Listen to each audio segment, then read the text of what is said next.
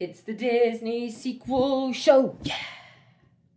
You ready for this? Oh, it's good to be back, and boy do I have a whole lot of opinions for you all today. Actually, okay, so do you ever have an opinion that doesn't feel like the kind of opinion you'd normally have and almost goes against your personality in a way? Because that's me with The Little Mermaid. Everyone's always shocked when I say this, but The Little Mermaid is my favorite Disney princess film. And not just that, it's my favorite film out of the Disney Renaissance. Yeah, I'm going there. I prefer it to Mulan, The Lion King, Beauty and the Beast, you name it. And I don't know why, I just do, okay? I've got no massive nostalgia or childhood connection to it, just I like it the most. Sometimes it just is the best argument you can put forward, and this is one of those times. But with that said, I had never seen the Little Mermaid sequels before Sunday, and oh wow, do we have a treat for you today. Little Mermaid 2, this one's about returning to the sea, yeah, that's the title. Okay, so if you're new, welcome. And one thing you should know is that these sequels are very rarely made because they have a great idea that just has to be made. It's just mostly to kind of milk the franchise, and the creator of this film once said that himself. And therefore, the plot kind of just happened because it has to for the story to go forward. There's very rarely a good reason for the plot going forward, it just kind of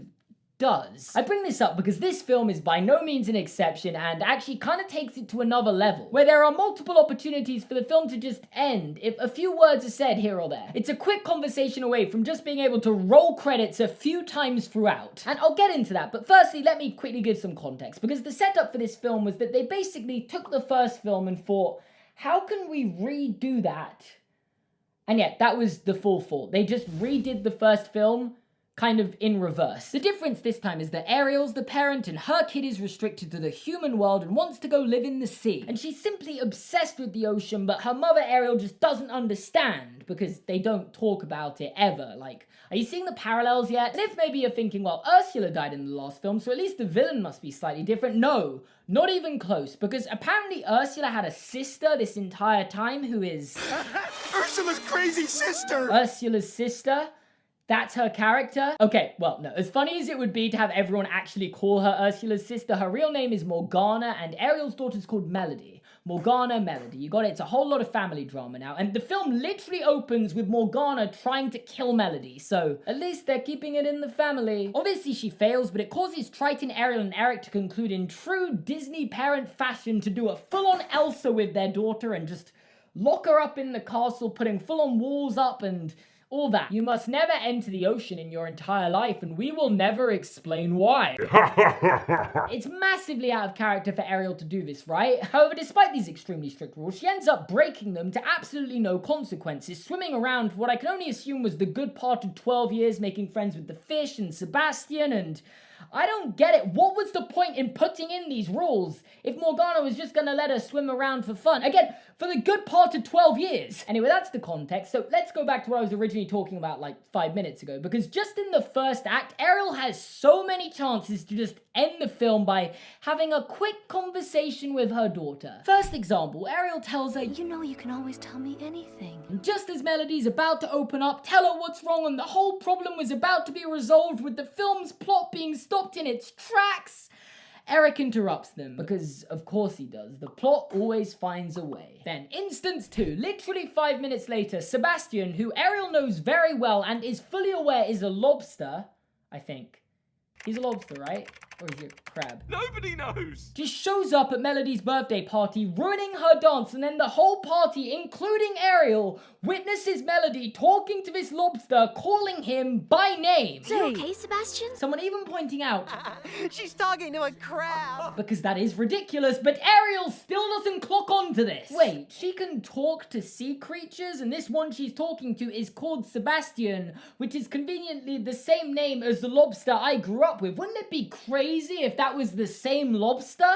Maybe I should explain to her why she has this connection to the sea. But she doesn't, because again, the plot finds a way. And then thirdly, still, in this same first act, Melody opens this necklace which she was given by her grandfather, Triton, at the start, revealing to Melody that this other world in the ocean does in fact exist, with Ariel right there. But no, she still doesn't have the conversation and simply explain, yeah, I'm a mermaid and you're a half mermaid, but unfortunately when you were just a baby, this sea witch tried to kill you, so we decided it was safer for you to never go into the ocean. Yeah, she might not be happy about it, but it's better than what actually happens, because Melody gets mad and Ariel doesn't even go after her for some reason. Wait, what do you mean she ran away? I mean, it's one thing for a film to feel like it's unnecessary, another entirely to basically say to the audience, yeah, this could have and should have been resolved very easily, but we've decided to stretch it out into a feature-length film. Oh yeah, and did I mention for the third time, the plot manages to find a way. To summarize it simply, Melody seeks out Morgana, who turns her into a mermaid, but in return she must steal the trident for her, which she does way too easily, if I'm honest. Like, she just kind of swims up to the throne, waits for the king to leave for a minute, and yeah, it's that easy. They do try and explain this by saying only a descendant of his could have taken it, which I like the idea of, and it made sense, but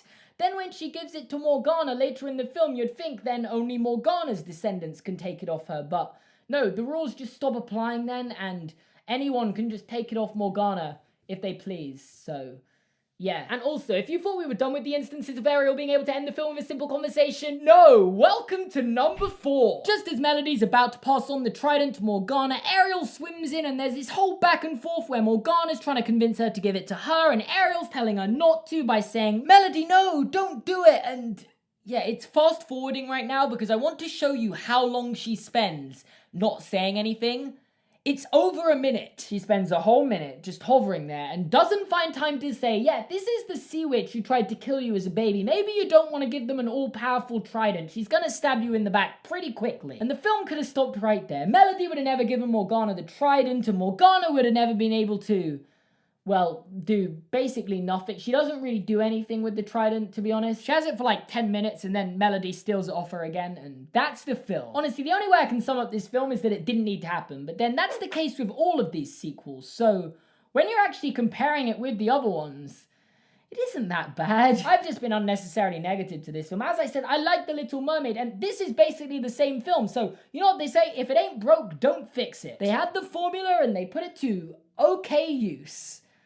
Yeah, you did okay. And honestly, there are even a few things I thought they did well. Like, I really enjoyed the side characters in this one, which was honestly shocking to me. Because I often find sequels are kind of afraid to introduce new characters because they've already got these established characters that they don't want to underuse. But Little Mermaid 2 didn't seem to be worried about that, going all out on the characters Titanic Tip and Daring Dash, who I love. Like, from the minute they show up, I just knew these guys are gonna carry the film. Because, you know, they're just the classic combination of two opposite personalities who are best friends, and I thought they worked really well together. They're the ones who lead Melody to Atlantica, save her while she's drowning, and honestly, yeah, they carry the film, which definitely wasn't the best, but has its moments. So for that, I'm gonna give it a 5.5, and finally someone has broken up the Aladdin sequels, and if you think that's too high, trust me, it's not. The Aladdin sequels aren't that good, and they've just been top by default up until this point, and we finally got a film that comes close, so yeah, it's number 2. I think that's perfect. And with that, the Little Mermaid sequels seemed all but done.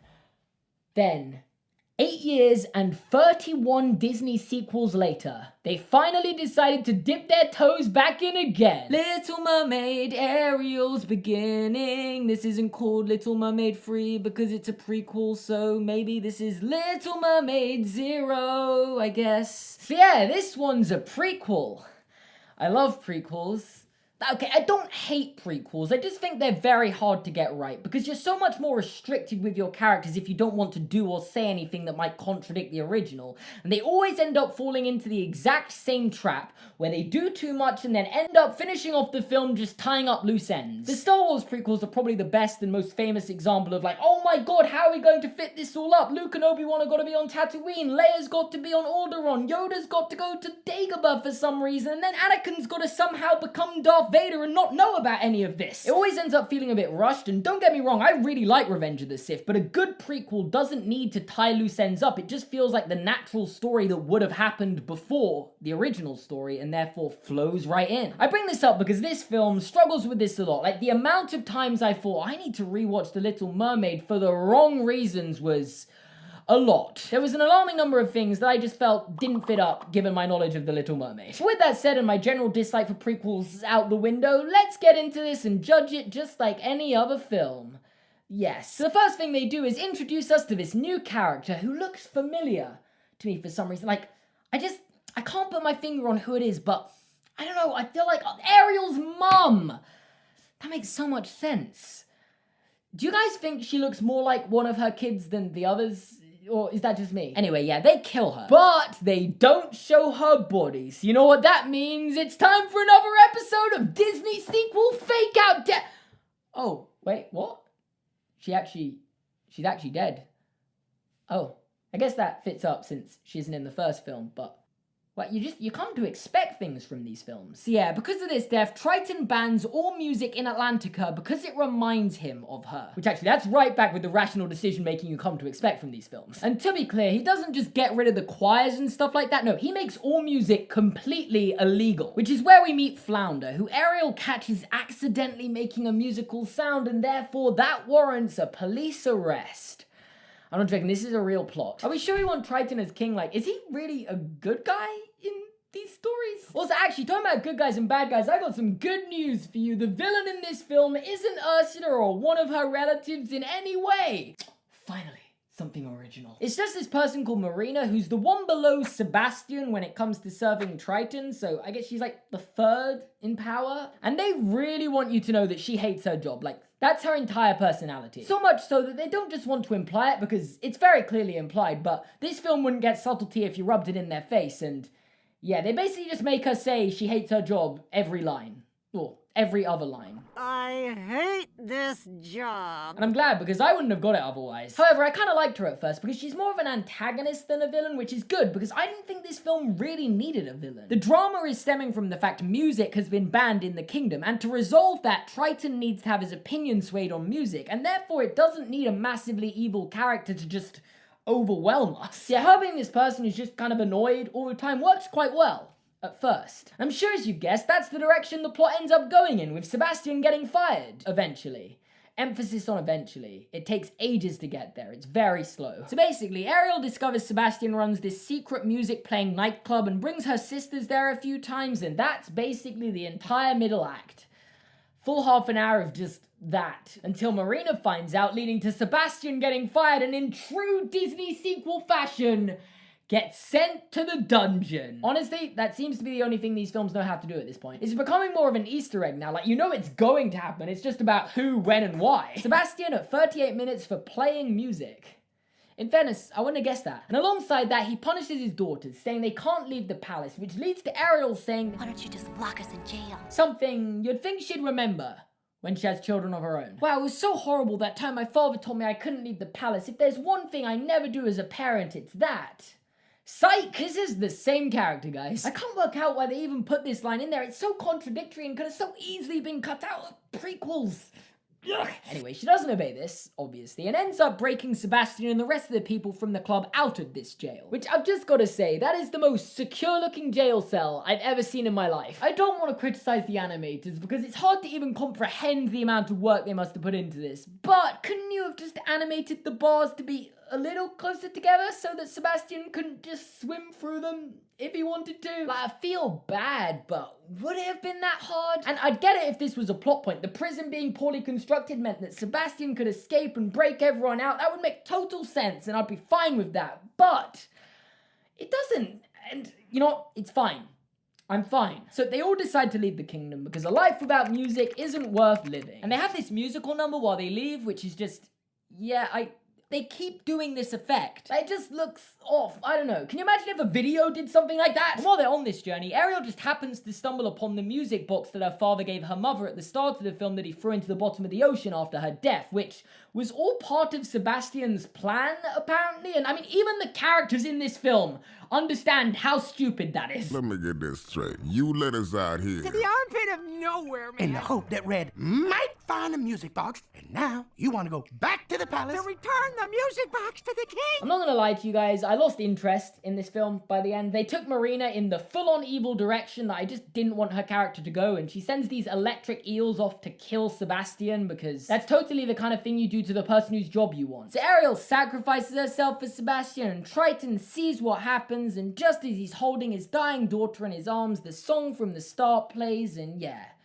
It was a nice ending. I liked it. It was fine. But the film as a whole definitely wasn't fine. It was one of the longest Disney sequels, and you can definitely tell. A lot of this story revolves around the sisters, which I was okay with, and I could see they went to the effort to try and give each of these sisters distinguishable personalities so you could tell them apart, but I still can't and couldn't tell you one thing about them, other than the fact their names all begin with A, and one of them really wanted to kiss a boy for the entire film, and does at the end, so good for her. He definitely seemed to like it, because that's definitely the reaction you give when you like it, yes.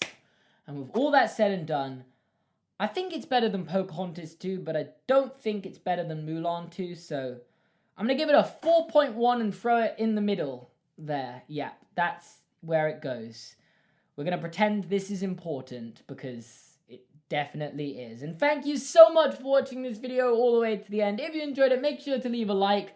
You can go check out my Twitter and Instagram, because I always forget to plug them and my followers aren't going up on there as much. You can subscribe to my channel by clicking here. You can watch another Disney sequels video by clicking here, and support me on Patreon by clicking here or in the description down below. All your support means the world to me. Thank you so much for watching, and I'll see you guys next time. I definitely put a bit of emphasis into thank you for watching. I said so much. It meant a lot there.